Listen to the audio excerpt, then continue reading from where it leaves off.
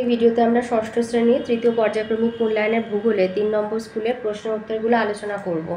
তো একের দাগে আছে ভারতের রেখা মানচিত্রে বিষয়গুলি উপযুক্ত প্রতীকী চিহ্ন সহ বসাও। বলেছে ভারতের ম্যানগ্রোভ অরণ্য। তো ম্যানগ্রোভ অরণ্য হচ্ছে আমাদের পশ্চিমবঙ্গের মানে একদম নিচের দিকে যে সুন্দরবন এলাকাটা রয়েছে ওইখানে দেখালে হবে, ওটা ম্যানগ্রোভ অরণ্য। ম্যানগ্রোভ অরণ্য এটা দেখিয়ে দেবে বাংলাদেশ, আর এখানে ধরো এই যে পশ্চিমবঙ্গ, এই যে পশ্চিমবঙ্গের বর্ডারেরই বাংলাদেশ, এইটা হচ্ছে আমাদের ম্যানগ্রোভ অরণ্য। এই যে এখানে লেখা ম্যানগ্রোভ অরণ্য। এরপরে আছে হিমালয় পর্বত,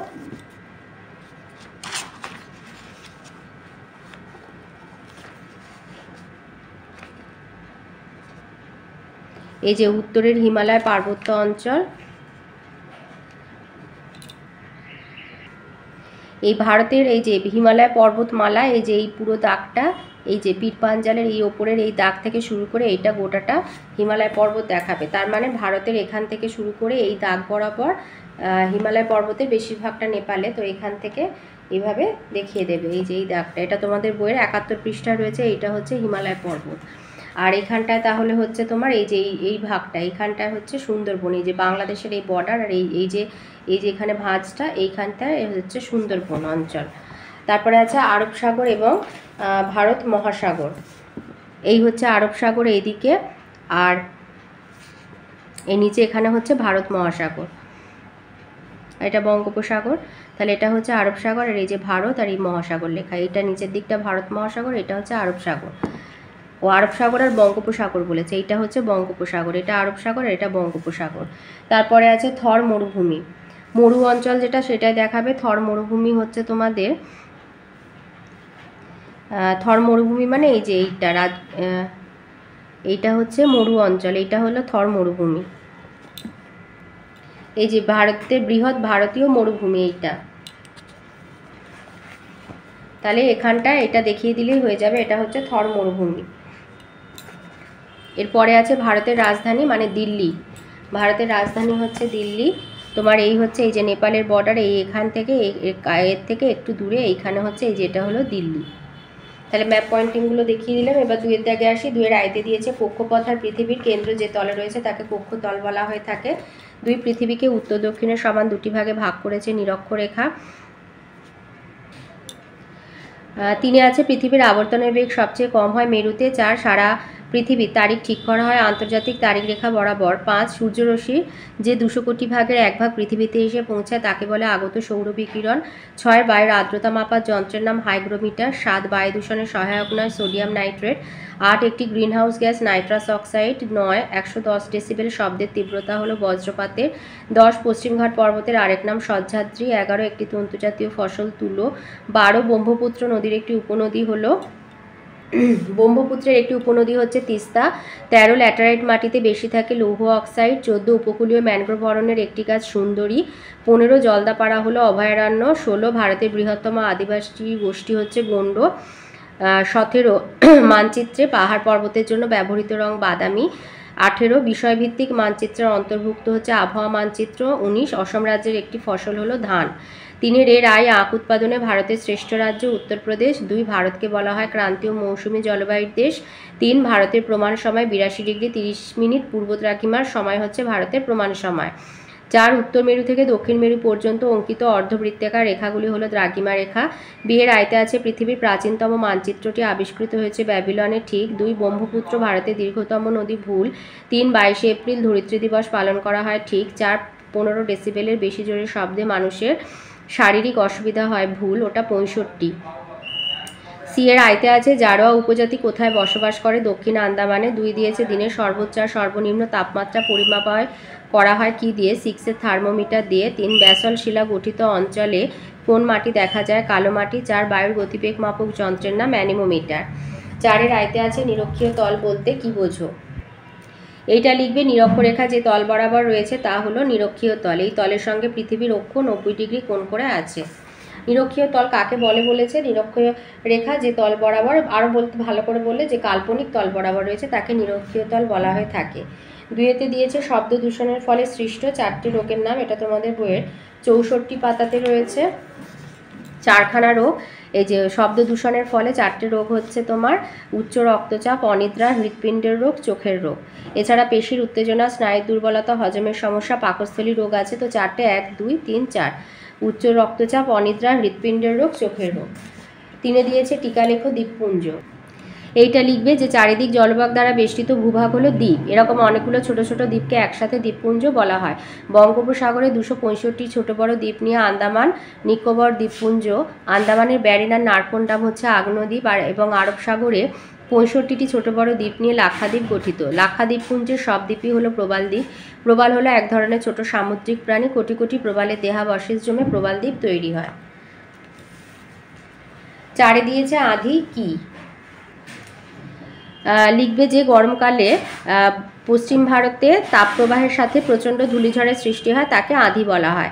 লিখবে গরমকালে পশ্চিম ভারতে হয়। উত্তরপ্রদেশ, বিহার, উত্তর ভারতে লু বয়, যেটা শুষ্ক উষ্ণ শুষ্ক বায়ু, সেটাকে লু বলা হয়। এটা আমাদের পশ্চিম ভারতে যেটা হয় সেটা আঁধি। তাই লিখবে গরমকালে পশ্চিম ভারতে তাপপ্রবাহের সময় দিনের বেলা তাপপ্রবাহের সাথে প্রচণ্ড ধূলিঝড়ের সৃষ্টি হয়, একে আঁধি বলা হয়।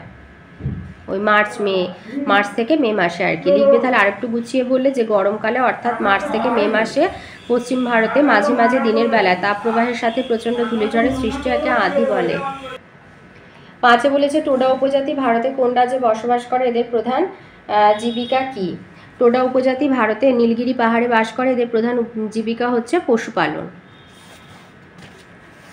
5 দেখে আসি। 5 আয়তে দিয়েছে গ্লোব আর মানচিত্রে তুলনামূলক আলোচনা করো।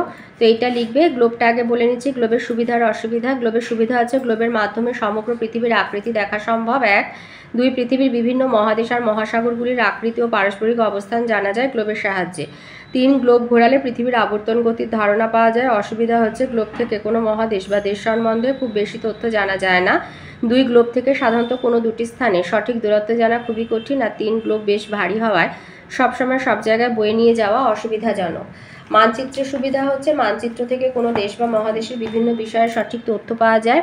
1 2 হচ্ছে মানচিত্রের সাহায্যে যে কোনো দুটি স্থানের মধ্যবর্তী দূরত্ব সঠিকভাবে নির্ণয় করা সম্ভব। আর 3 মানচিত্র ভাঁজ করে সহজেই বিভিন্ন স্থানে নিয়ে যাওয়া যায়। অসুবিধা, মানচিত্রের মাধ্যমে পৃথিবীর গোলাকার আকৃতি দেখানো সম্ভব হয় না। 2 হচ্ছে মানচিত্র পাঠের জন্য বিশেষ প্রশিক্ষণের প্রয়োজন হয়। বিভিন্ন মানচিত্র পাঠ সকলের দ্বারা সম্ভব নয়। আর 3 নির্ভুল মানচিত্র অঙ্কন অত্যন্ত জটিল ও কঠিন কাজ। 5 2 নম্বর প্রশ্ন দিয়েছে অ্যাসিড বৃষ্টি বলতে কি বোঝো, সংক্ষেপে লেখো। অ্যাসিড বৃষ্টি লিখবে বৃষ্টির জল বায়ুতে অবস্থিত বিভিন্ন অ্যাসিডের সঙ্গে মিশে যখন ভূপৃষ্ঠে পতিত হয় তখন তাকে অ্যাসিড বৃষ্টি বলে। সৃষ্টি হচ্ছে বাতাসে carbon die oxide, nitrogen die oxide, sulphur die oxide প্রভৃতি দূষিত গ্যাস জলীয় বাষ্পের সঙ্গে মিশে নাইট্রিক অ্যাসিড, সালফিউরিক অ্যাসিড প্রভৃতি তৈরি করে। এইসব অ্যাসিড বৃষ্টির জলে মিশে অম্ল বৃষ্টির সৃষ্টি হয়।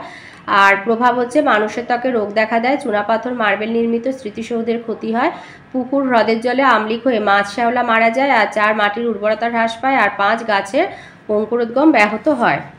যদিও এখানে অ্যাসিড বৃষ্টি বলতে কি বোঝো, কিন্তু এটা প্রশ্নের মান হচ্ছে 3 নাম্বার, তো সেই জন্য সৃষ্টি এবং প্রভাবটা একটু লিখে বলে দিলাম। 3 বলেছে বায়ু দূষণ কমানো 3টি উপায় লেখো।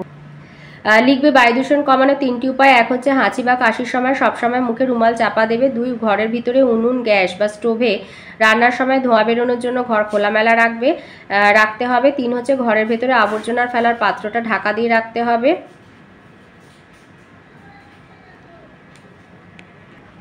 আচ্ছা, এখানে আমাদের বায়ু দূষণ প্রতিকারের উপায় কি কি করতে পারো, এটা হচ্ছে ঘরের ভেতরে বায়ু দূষণ প্রতিকারের উপায় বলেছে। আর তোমার এখানে বায়ু দূষণের কারণ দিয়েছে বইতে, তো এটা রায়মার্টিন থেকে একটু বলবে যে বায়ু দূষণ কমাতে আমরা কি কি করতে পারি। 1 হচ্ছে গণপরিবহন ব্যবহার। রাস্তায় একটি বাসের বদলে 30টা প্রাইভেট গাড়ি চললে বায়ু অনেক বেশি দূষিত হয়। তাই বাস, ট্রেনের মতো গণপরিবহনে বেশি যাতায়াত করলে বায়ু দূষণের পরিমাণ কমানো যায়। 2 দূষণহীন যানবাহন, electric, train, tram, metro, cycle, van, rickshaw এইসব দূষণহীন যানবাহন বেশি ব্যবহার করলে বায়ু দূষণ অনেকখানি কমানো সম্ভব। 3 হচ্ছে কম দূষণকারী ইঞ্জিন। বর্তমানে গাড়িতে উন্নত প্রযুক্তিতে তৈরি কম দূষণকারী ইঞ্জিন ব্যবহার করা হচ্ছে, তবে গাড়ির সংখ্যা দিন দিন যে হারে বৃদ্ধি পাচ্ছে বায়ু দূষণ নিয়ন্ত্রণ করা মুশকিল। আর এর সাথে একটা দিতে পারো, বা এটা না দিয়ে 3এরটা না দিয়ে বন সৃজন দেবে যে রাস্তার দুপাশে পতিত জমিতে বেশি করে গাছ লাগানো উচিত। ছোট চারা গাছের বদলে প্রয়োজন মতো বড় গাছ কাটা উচিত। তাহলে এই পয়েন্টটা দেবে। গণপরিবহনের ব্যবহার দেবে, আর হচ্ছে দূষণহীন যানবাহন এইটা দেবে, 3টে পয়েন্ট। 4 দিয়েছে কক্ষতল বলতে কি বোঝো আর পৃথিবীর অক্ষ কক্ষতলের সঙ্গে কত ডিগ্রি কোণ করে থাকে। পৃথিবীর অক্ষ কক্ষতলের সঙ্গে 66.5 ডিগ্রি কোণ করে থাকে। আর কক্ষতল কাকে বলে এইটা লিখবে যে কক্ষপথ আর পৃথিবীর কেন্দ্র যে তলে রয়েছে তাকে, যে কাল্পনিক তলে রয়েছে তাকে কক্ষতল বলা হয়। যে পৃথিবীর অক্ষ কক্ষতলের সঙ্গে 66.5 ডিগ্রি কোণ করে থাকে।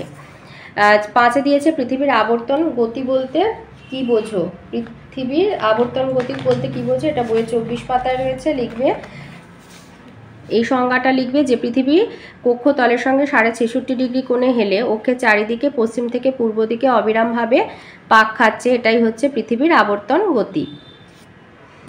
6 আয়তে আছে চা চাষের জন্য কি ধরনের জলবায়ু এবং মৃত্তিকার প্রয়োজন। জলবায়ু মানে হচ্ছে বৃষ্টিপাত, উষ্ণতা, এগুলো নিয়ে জলবায়ু। আর কি ধরনের মাটির প্রয়োজন। আর ওর সাথে আছে ভারতের দুটো চা উৎপাদক রাজ্যের নাম লেখা, এটা তোমাদের বইয়ে 96 পাতায় রয়েছে। এই হচ্ছে চা। তাহলে জলবায়ু মানে হচ্ছে উষ্ণতা আর বৃষ্টিপাত। তাহলে উষ্ণতা হচ্ছে 20 থেকে 30 ডিগ্রি সেলসিয়াস উষ্ণতা, আর বৃষ্টিপাত 150 থেকে 200 সেন্টিমিটার বৃষ্টিপাত। আর মাটি হচ্ছে উন্নত জল নিকাশি ব্যবস্থা যুক্ত ঢালু জমি, হিউমাস ও জলযুক্ত দোআঁশ মাটি।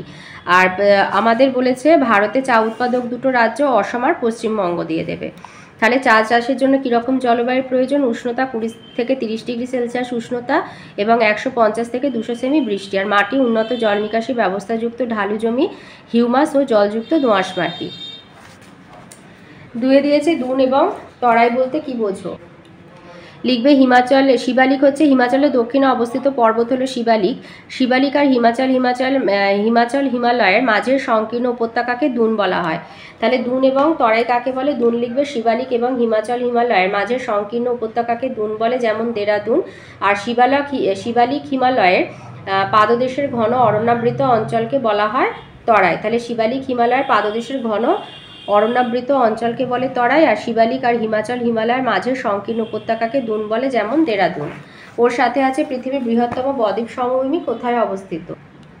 আচ্ছা, এখানে যেটা বলেছে পৃথিবীর বৃহত্তম বদ্বীপ সমভূমি কোথায় দেখা যায়, 73 পেজে আছে যে গঙ্গা ব্রহ্মপুত্রে মিলিত প্রবাহ পলি সঞ্চয় করে তৈরি করেছে পৃথিবীর বৃহত্তম বদ্বীপ সমভূমি। তার মানে হচ্ছে গঙ্গা ব্রহ্মপুত্রের সমভূমি হচ্ছে পৃথিবীর বৃহত্তম বদ্বীপ সমভূমি। 3 দিয়েছে আবহাওয়া এবং জলবায়ুর 3টি পার্থক্য লেখো আর মেঘাচ্ছন্নতা বলতে কি বোঝো। আবহাওয়া জলবায়ুর পার্থক্য। আবহাওয়াটা বলে দিচ্ছি আগে যে আবহাওয়া হচ্ছে কোনো নির্দিষ্ট স্থানে নির্দিষ্ট সময় বায়ুমণ্ডলের বিভিন্ন উপাদানের অবস্থা।